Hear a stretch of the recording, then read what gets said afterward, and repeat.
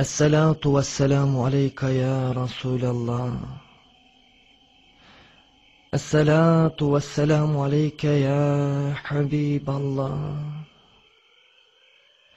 Esselatu vesselamu aleyke ya Seyyiden evveline vel ahirin. Ya Resulallah, seni sevmek bir kara sevdadır benim için.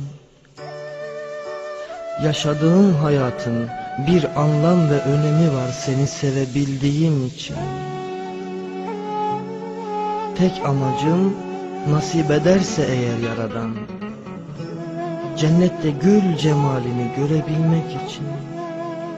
Ya Resulallah, bütün çabam mahşerde senin bana sancağımın altına gel ey ahir zaman ümmetim dediğini duyabilmek için. Biliyorsun, ben sana kara sevdalıyım Allah için. Ben sana kara sevdalıyım Allah için. Allah için. Kara sevda bu, hüzün ekilir, ayrılık gözyaşı, hasret dikilir. Kara sevda bu, hüzün ekilir, ayrılık gözyaşı, hasret dikilir. Hayatından olur çile çekilir, çileyi çekenin beli bükülür. Mevsim hazan olur, yaprak dökülür, yalçın kayalarda gül olmak gibi. Mevsim hazan olur, yaprak dökülür, yalçın kayalarda gül olmak gibi.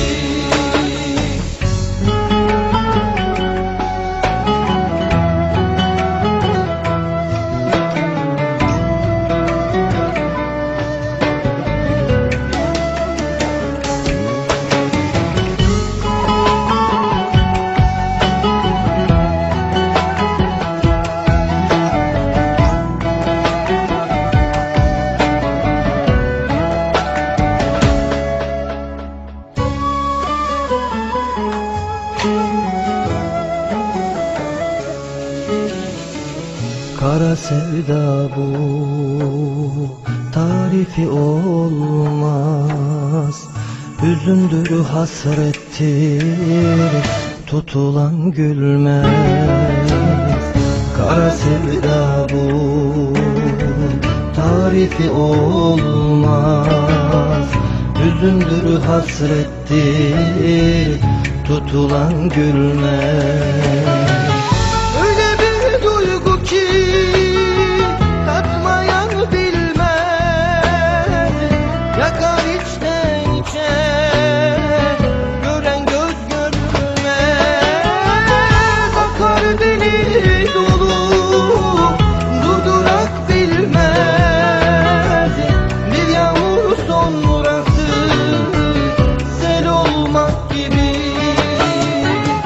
Akar deli dolu, durdurak bilmez.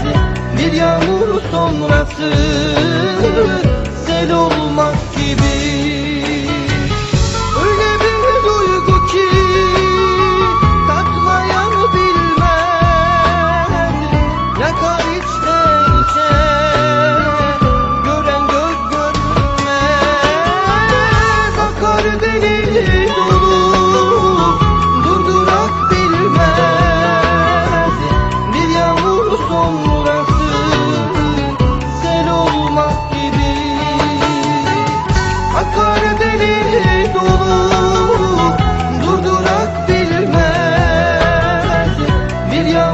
sonrası sel olmak gibi.